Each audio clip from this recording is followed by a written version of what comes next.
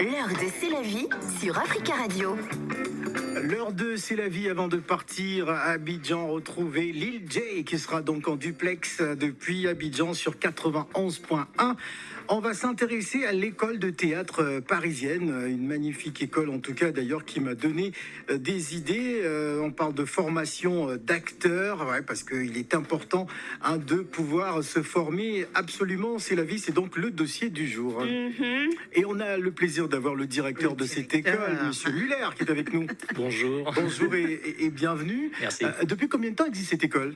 18 ans exactement, c'est la 19e année là qu'on commence. À 18 ans, ça veut dire que, il y a pas mal de choses à raconter. Alors, c'est la vie. Pourquoi cette école qui forme les futurs comédiens professionnels de la scène et du cinéma ? Déjà parce que je suis dans le monde, issu du monde du cinéma, et télévision, cinéma, et aussi parce que j'ai parcouru un peu le site, j'ai vu ce qu'il proposait, et j'ai écouté aussi certaines émissions, et il a dit qu'il avait une particularité. C'est qu'il allait apprendre une technique, certaines techniques qu'on n'a pas en France. Et c'est le plus de son école. Et je sais que moi, je critique souvent, je ne dis pas que je suis excellente, mais le jeu d'acteur dans le cinéma français, pour moi, c'est, même pour certains Africains, surtout chez nous, on regarde, issus du Cameroun, on regarde beaucoup plus les séries américaines, anglaises et tout. Les séries françaises ou les films français, on ne regarde pas beaucoup parce qu'on se dit qu'ils ne jouent pas mal. C'est la vie. Je pense que dans les années 80-90, le cinéma français avait pignon sur rue en Afrique. Mais pas beaucoup de films, peut-être au Gabon, mais pas au Cameroun. Moi, je sais que un peu partout. Alors, Monsieur Muller, former des élèves au métier d'acteur est extrêmement complexe, non ? Complexe, en fait c'est un métier comme un autre, mais c'est vrai qu'il y a ses particularités, et pour répondre un petit peu à la question, moi en tant qu'acteur j'ai été formé en France, et j'étais pas tellement satisfait de ma formation. Il me manquait de la technique. On parle beaucoup de technique, mais quand on dit qu'est-ce que c'est que la technique, finalement, on a du mal à répondre. Et c'est ensuite en allant travailler un petit peu à l'étranger, et surtout en rencontrant les Russes. Alors ça m'a changé ma vie d'acteur. Les Russes, voilà. Les Russes, et oui, les Russes, parce qu'il y a un très grand pédagogue russe qui s'appelle Stanislavski, qui est certainement le plus grand chercheur au XXe siècle. Et quand j'ai découvert son travail, ça a changé ma vie d'acteur. La méthode de Stanislavski, c'est ça, exactement. Ouais. Tu vois, Phil, que moi je vois ça. Je parle, voilà. Alors souvent, les cours de jeu reposent sur des notions vagues et d'abstraction. Est-ce que vous pouvez nous expliquer un tout petit peu ? C'est vrai que souvent on emploie des expressions comme tiens, il faut rentrer dans la peau du personnage, ancre-toi plus dans le sol, laisse circuler l'énergie, et puis on s'habitue à travailler avec ce genre de notions un peu floues, un peu vagues, mais finalement on peut pas en faire grand-chose. Et c'est ça, moi, qui m'a un peu frustré. Et quand j'ai découvert le travail, justement, de ce Russe, ce Stanislavski, là, ça a tout changé, parce qu'il y avait vraiment un artisanat très concret. On me disait, tu vas faire ci, tu vas faire ça. Et tout d'un coup, ça devenait comme une recette de cuisine très précise, quoi. On avait les ingrédients et puis l'ordre dans lequel les placer. Et ça, c'est formidable. On travaille plus avec ces abstractions de, cherche le personnage, il est en toi, va chercher en toi. Ça, c'est un peu flou et abstrait. Oui, c'est vrai. Et quand tu regardes un peu ces élèves, tu trouves quand même, parce que dans certaines écoles, quand la personne dit son texte, le fasciste, il change pas. Il ne change pas, peu importe le ton qu'il utilise.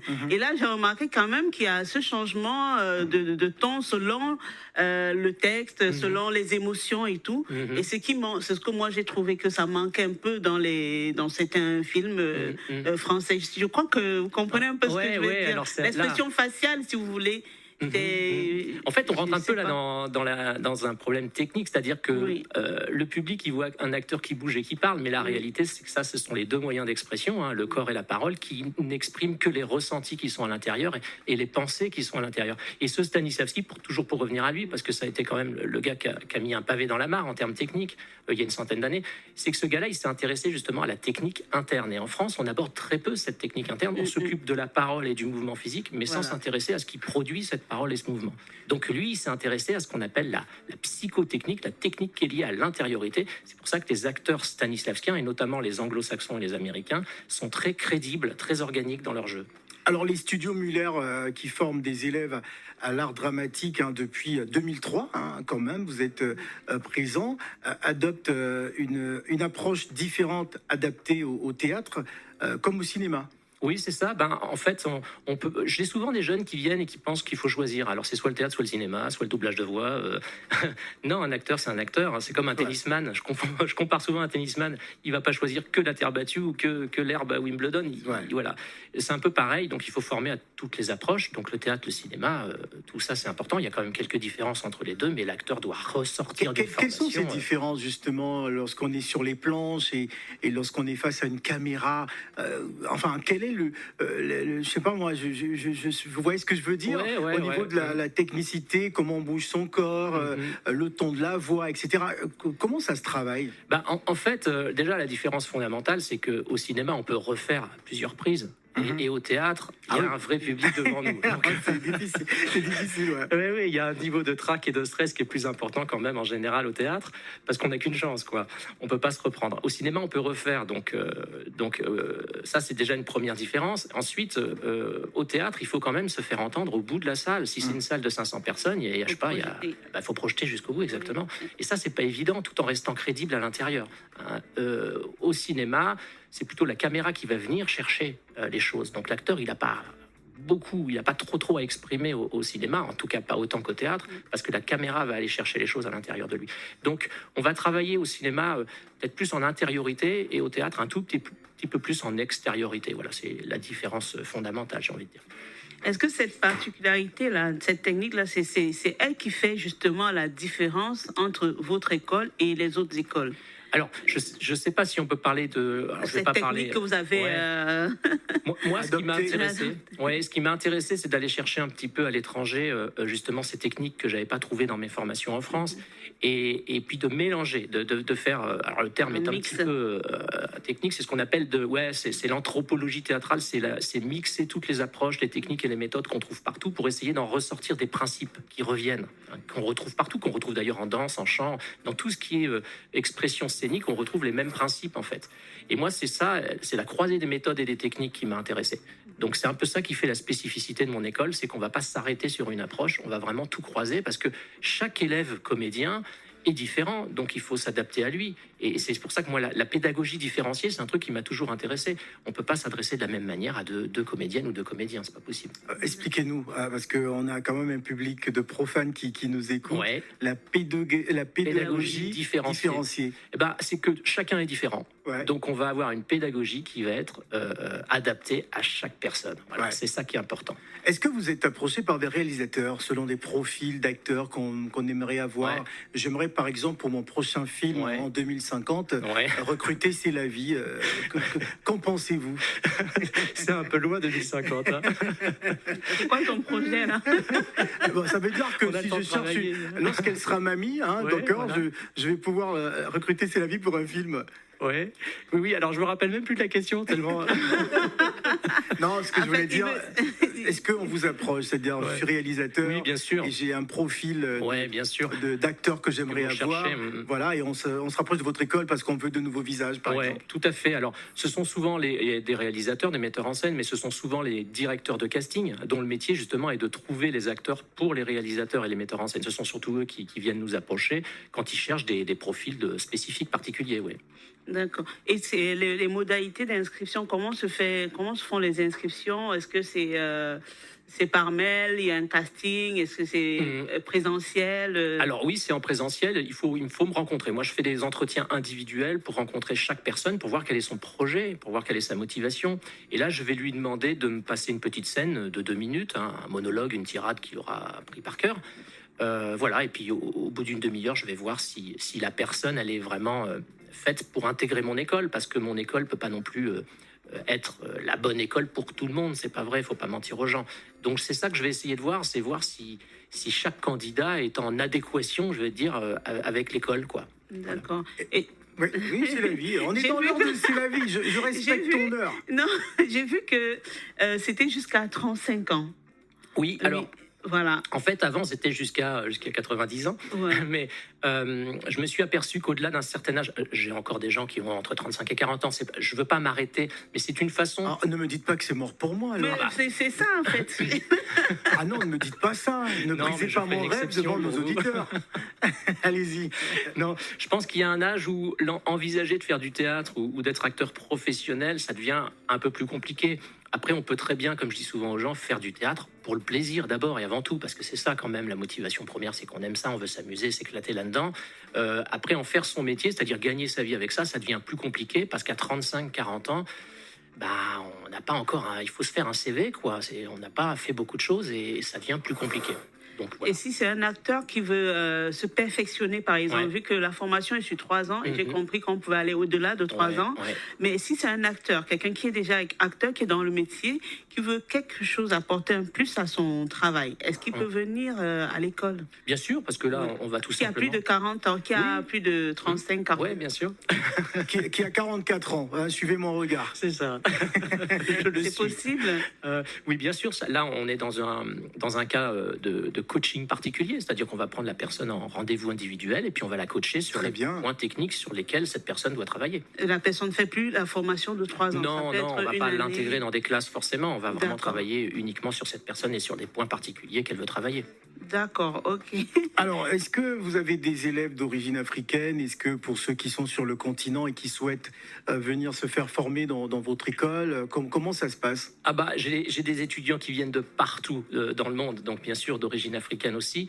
Bah, ça se passe très bien. Ouais. C'est-à-dire que c'est le même principe. Ces Non. personnes-là, oui, pardon. Dans la profondeur de ma question, Ouais. c'est quelqu'un qui est à Libreville ou à Ouais, Abidjan ouais, ouais. Et qui voudrait venir se faire former dans votre école. Alors, ça, Quelles sont les démarches justement à suivre pour Ouais. intégrer votre école? Combien ça coûte? Comment ça se passe? Alors, la personne, il va falloir qu'elle vienne à un moment donné à Paris, puisque l'école est à Paris. Il va falloir que je rencontre la personne. Alors, le prix en moyenne, il faut compter 3 000 € par an pour une formation d'acteur. Ça, c'est un prix moyen à Paris. Voilà. Après, moi, je vais mettre en place, et je vous le dis aussi, je fais un petit teasing, là, je vais mettre en place justement, parce que j'ai beaucoup de personnes d'Afrique francophone qui me contactent pour des cours de théâtre. Et du coup, je vais mettre en place une chaîne YouTube où je vais faire de la formation aussi à distance. D'accord. Parce que j'ai aussi des gens du Québec ou de Belgique, de Suisse, etc., qui me contactent et qui ne peuvent pas forcément se déplacer. Donc ça, dans 2-3 mois, ça va être un petit événement au sein de mon école. On va lancer une chaîne YouTube, justement, pour faire de la formation aussi à distance.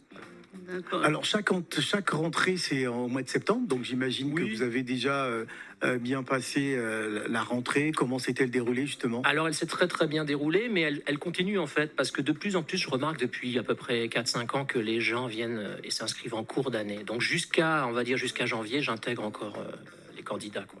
Alors donc il y a des candidats qui sont semi-professionnels ou amateurs, vous êtes ouverts?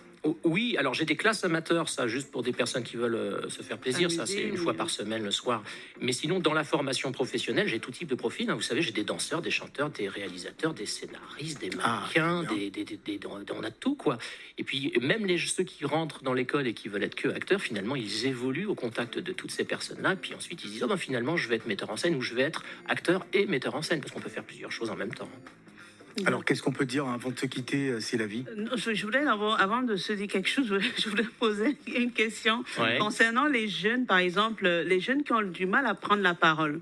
Est-ce qu'ils peuvent passer, bon, je peux dire 13 ans, 14 ans, je le dis parce que j'ai mon fils qui me disait quand il apprend son comment on dit, la rédaction, quand Ouais. quand il est Donc, il face, doit faire une il doit faire, oui, il doit faire un exposé, c'est pas et facile. tout se mélange dans sa tête. Je sais que le théâtre peut l'aider. Ouais. Est-ce que vous recevez des jeunes comme ça au sein de Alors moi, l'école je n'ai ou- que des personnes adultes à partir de 18 ans, Oui. mais il existe des écoles, Oui. des lieux où on accueille des jeunes de l'âge de 2 ans jusqu'à 18 ans. Donc, faut pas hésiter, parce que c'est vrai que le théâtre, c'est quand même intéressant pour gagner en expression, assurance. là. Ouais, en assurance. C'est Oui. vraiment une bonne chose. Ouais. Alors où sont situés les studios Muller? À 2 endroits, dans le 13e arrondissement, là, donc à Paris, près de l'hôpital de la Pitié-Salpêtrière. Et puis dans le 14e, au pied de la Tour Montparnasse, dans le 14e arrondissement. Voilà, donc l'école de théâtre parisienne qui forme les futurs comédiens professionnels de la scène et du cinéma. J'imagine que vous êtes satisfait. Oui, moi ça me passionne tout ça. Donc, alors, Dernier mot, c'est la vie, parce que tu veux rien respecter, mais bon, je pense qu'on a des règles Non, du je temps. voulais savoir. Rapidement. Si l'après Studio Muller, est-ce qu'il y a un après? Est-ce qu'il y a un suivi? Et l'après formation, est-ce qu'il y a un diplôme? Est-ce qu'il y a une attestation? Voilà. Alors, il y a ce qu'on appelle un certificat de formation. On ne peut pas utiliser le mot diplôme, tout simplement Voilà. parce que ça, il faut être reconnu par l'État. Or, aucune école de théâtre privée n'est reconnue par l'État. Donc, c'est un certificat de formation qui atteste des 2-3 ans de formation, par exemple. Et après, après, c'est le plus important, c'est vraiment l'entrée dans la vie active, quoi. On va travailler sur les films, sur les tournages, dans les pièces, etc. Donc, nous, on fait venir en 3e année des directeurs de casting, des réalisateurs, enfin tous les professionnels pour que ça puisse faire le lien avec le monde professionnel, bien sûr. Monsieur Muller, merci d'être venu ce matin. Merci à vous. Merci. C'est la vie, c'est la vie, c'est la vie, c'est la vie, c'est la vida. L'heure de C'est la vie sur Africa Radio.